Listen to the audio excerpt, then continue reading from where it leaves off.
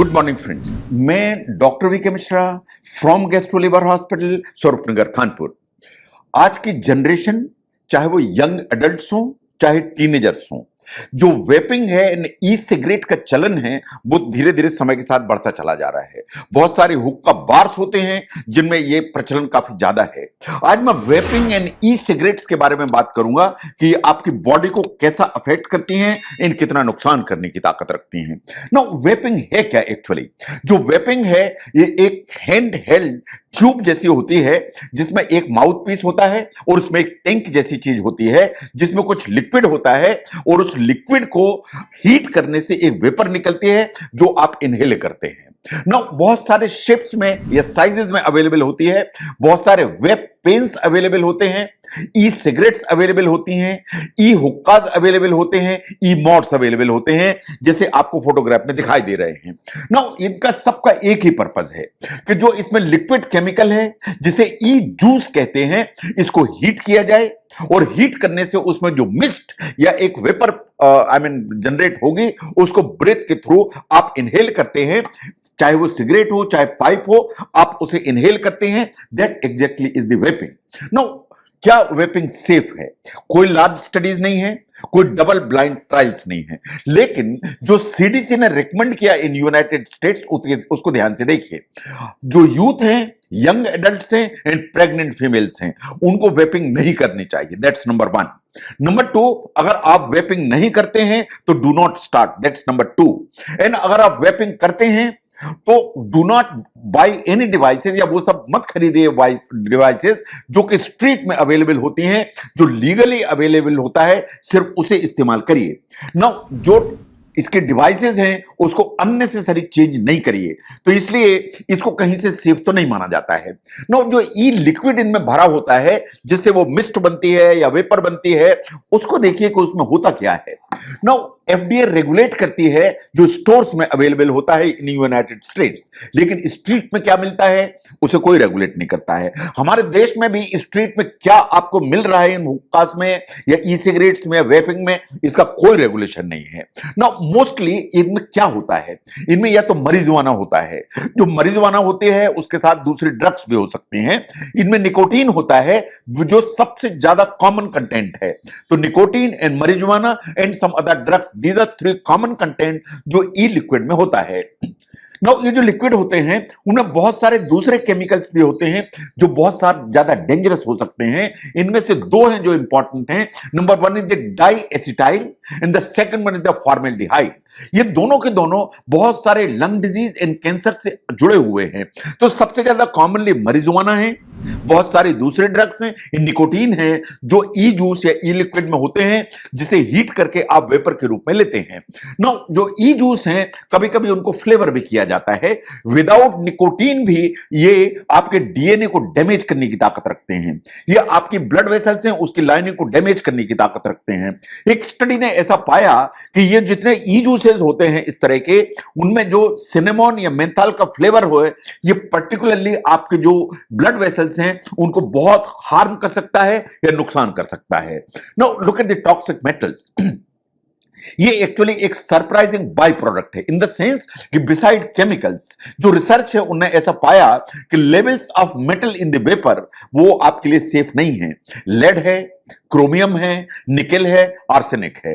जो स्टडीज हैं ऐसा मानती हैं कि मोस्ट ऑफ दीज मेटल्स जो रिलीज होती हैं एक्चुअली जो इन वेपिंग जो जितने भी डिवाइसेस हैं उसके अंदर जो कॉइल होती है इस लिक्विड को गर्म करने से, उन डिवाइसेस में जो कॉइल है उसमें से ये मेटल्स जनरेट होती हैं जो आपके बॉडी के अंदर जाती हैं। जब आप इसको इनहेल करते हैं तो ये इस तरह की मेटल्स आपके लंग, आपका लिवर, आपकी इम्यूनिटी का सिस्टम, उन ब्रेन सभी को डैमेज करने की ताकत रखती हैं। ये बहुत सारे कैंसर्स के साथ में जुड़ी हुई में है। ना अगर हम निकोटीन को ध्यान से देखें कि जिसमें सबसे ज्यादा जो कॉमन कंटेंट है इज द निकोटीन। तो निकोटीन आपकी बॉडी को क्या करता है? जो निकोटीन है ई लिक्विड में, ये बहुत तेजी से आपकी बॉडी के अंदर या ब्लड स्ट्रीम में जाता है। जब ये आपके ब्लड स्ट्रीम में पहुंचता है तो आपकी बॉडी से एड्रेनलिन नाम का एक हार्मोन है वो पूरी बॉडी में या केमिकल पूरी बॉडी में फैलने लगता है।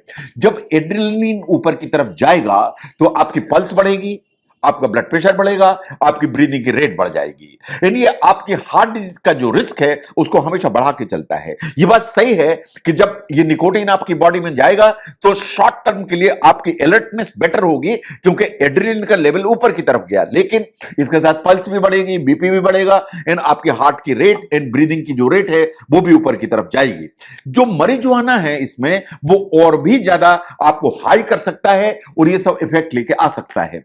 नो, क्या वेपिंग अगर आप करते हैं तो इससे आपको एडिक्शन हो जाएगा? बिल्कुल, साइंस ऐसा मानती है कि इसमें निकोटीन है, ये हाईली एडिक्टिव है। अगर आप इस्तेमाल करते हैं तो बिल्कुल पॉसिबिलिटी इस चीज की है कि आप हुक्ड हो जाएंगे एंड आपको एडिक्शन हो जाएगा।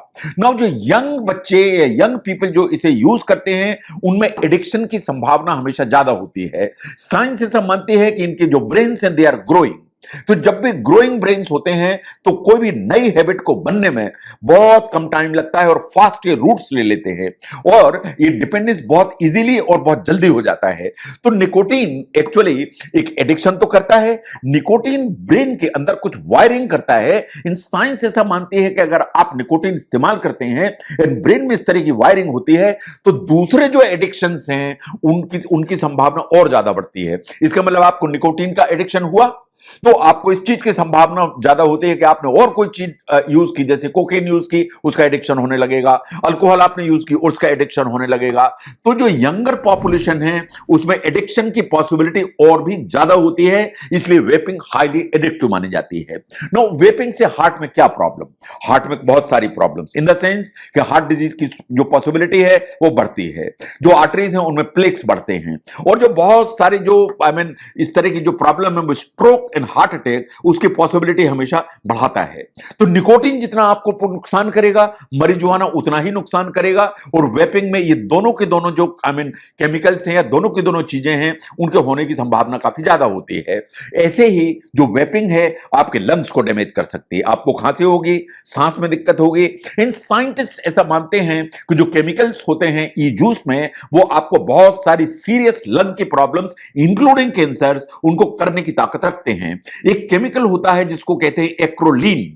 ये जो एक्रोलीन नाम का सब्सटेंस है या केमिकल है ये आपके लंग्स की लाइनिंग को डैमेज कर सकता है, सीरियस रेस्पिरेटरी इलनेसेस को जनरेट कर सकता है, आपको लंग फाइब्रोसिस कर सकता है, सीओपीडी कर सकता है, लंग कैंसर का रिस्क हमेशा बढ़ाता है। ऐसे ही जब आप वेपिंग करते हैं आपके बॉडी में निकोटीन जाता है या आपके बॉडी में marijuana जाता है तो इसलिए आपके ब्रेन को हमेशा नुकसान होने की संभावना होती है। साइंटिफिकली अगर हम देखें तो आपका जो ब्रेन है 25 साल की एज तक ग्रो करता चला जाता है।